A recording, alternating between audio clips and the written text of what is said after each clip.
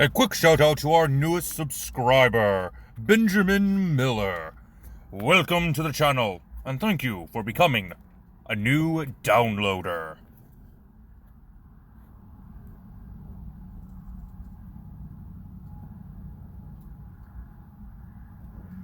Greetings, dear viewers. It is I, Drayon, and welcome back to another Dungeons & Dragons character concept, the least favorite series, it seems, as I'm only getting like 6 views every time I post one of these videos.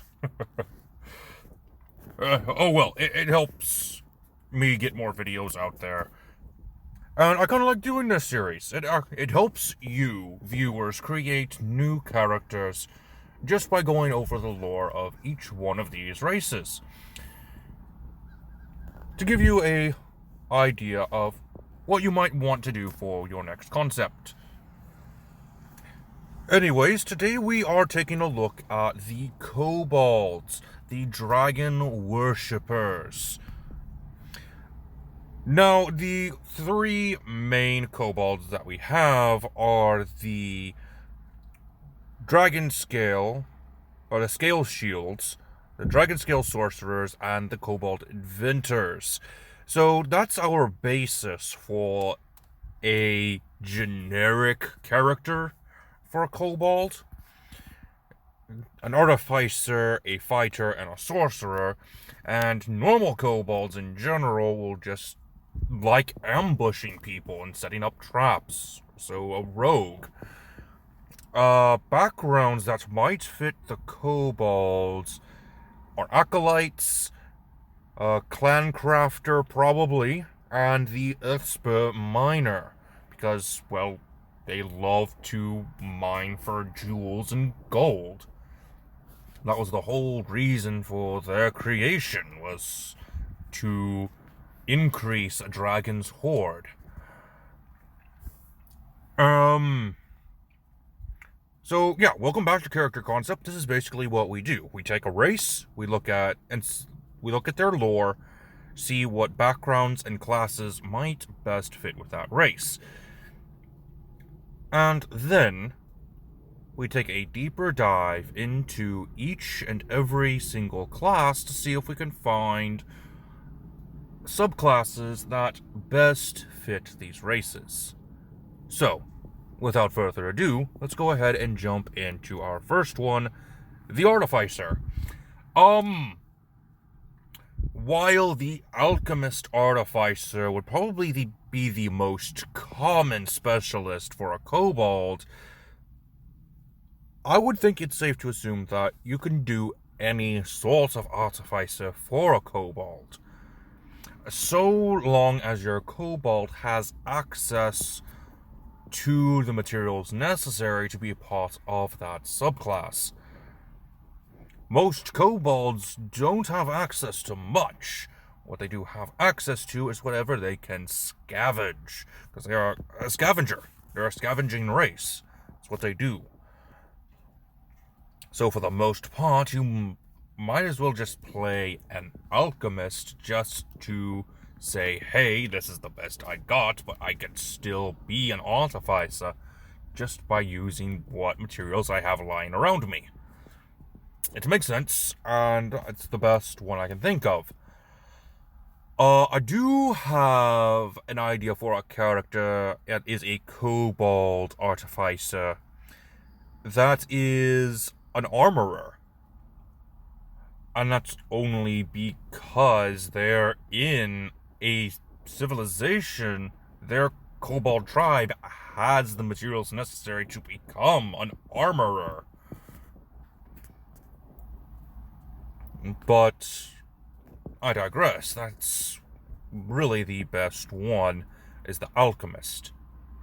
Now, the new master worker from Dread Mortal might also be a good pick for a kobold, because of the fact that kobolds don't live that long.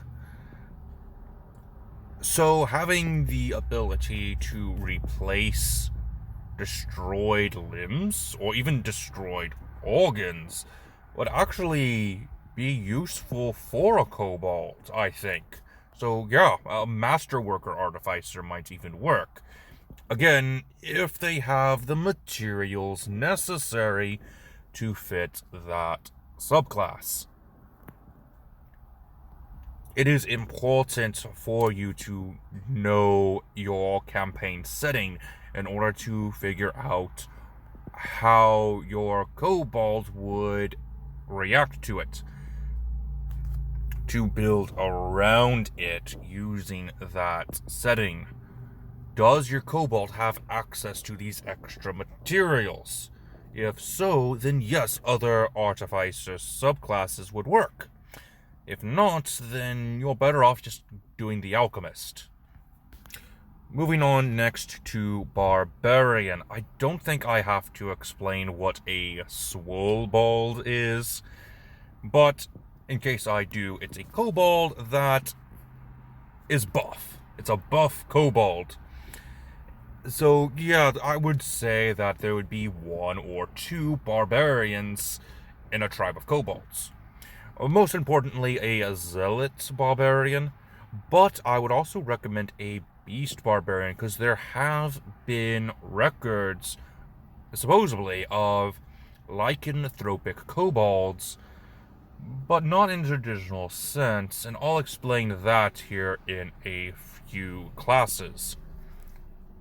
Next is the Cleric class, and there are 2 major gods for the kobolds, the main one being Kurtelmak, and his domain, according to the Wikipedia, is of war, so war is probably going to be your most common.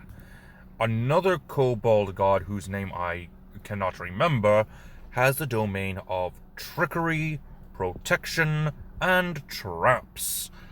So yeah, trickery and protection. Yeah, it makes sense. Now, protection is an unearthed arcana domain, so this is more of a DM's discretion. Make sure you ask before you use it. Moving on to fighter.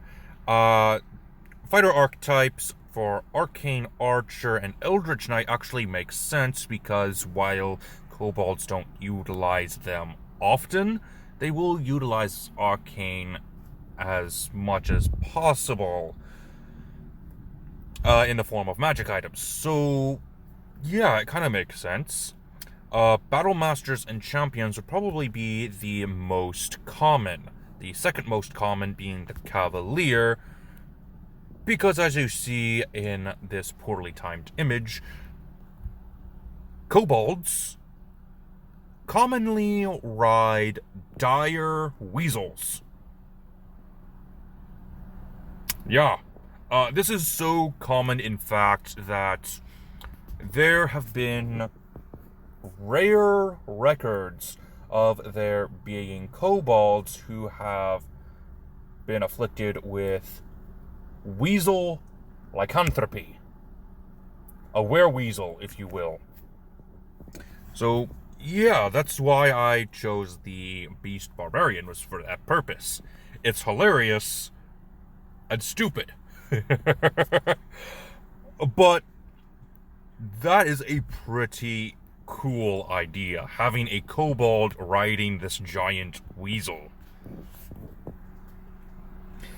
Moving on to Monk. Now, I would say this would be a common occurrence, but I don't think Monk would fit a kobold that well. I am simply doing it for the flavor text within the monastic tradition of Ascendant Dragon. You're being taught how to fight by a dragon. Kobolds serve dragons. So, it would make sense to have a monk of the Ascendant Dragon monastic tradition, in my opinion. Very rare that you're going to be hearing my opinions here. Very rare. let's go ahead and move on to the next one, and that is Paladin.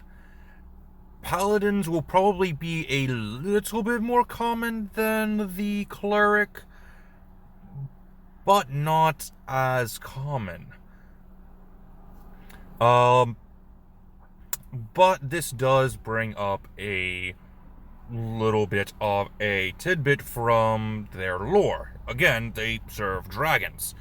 So it would make sense for them to be a paladin who is devoted to a dragon, especially one who wants to conquer a certain region.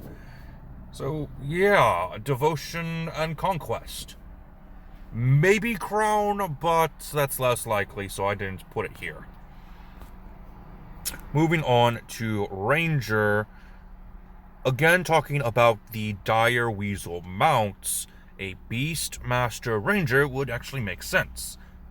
Have the Beastmaster summon in the Dire Weasel mount, and there you go. Gloomstalker makes sense as well, simply for the fact that they are ambushers, once again. Going over that part. Drake Warden. Again, draconic in nature, it would make sense to have a Drake companion, or mount. Moving on to Rogue. This is probably going to be the most common next to Artificer Alchemists, and that's the Rogue, which are, well, ambushers. Same as the Kobolds. They prefer ambushing. So, Arcane Tricksters, Assassins, and Scouts would make the most sense for a Kobold Rogue.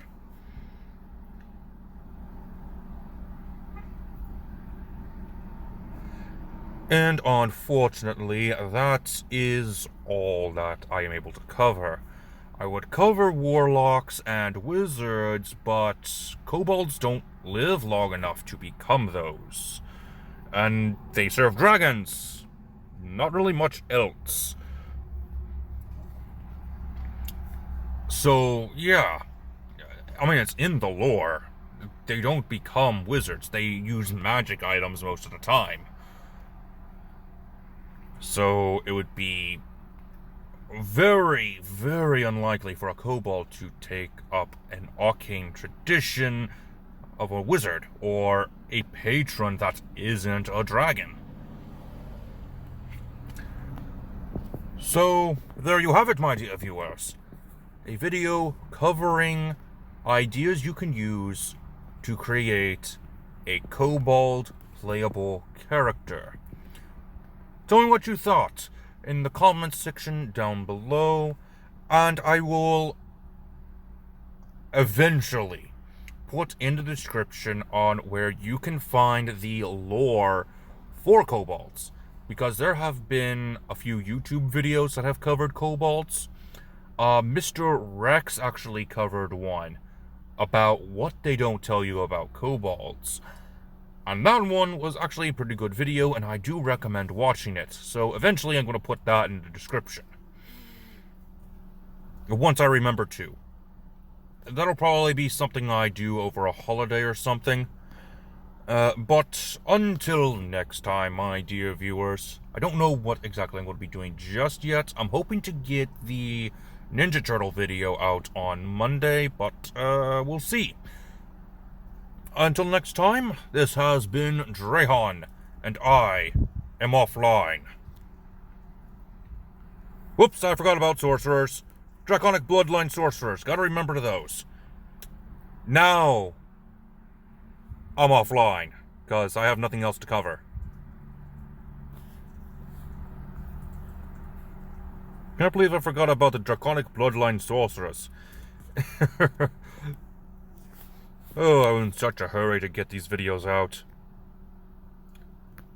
Hopefully I don't do that again.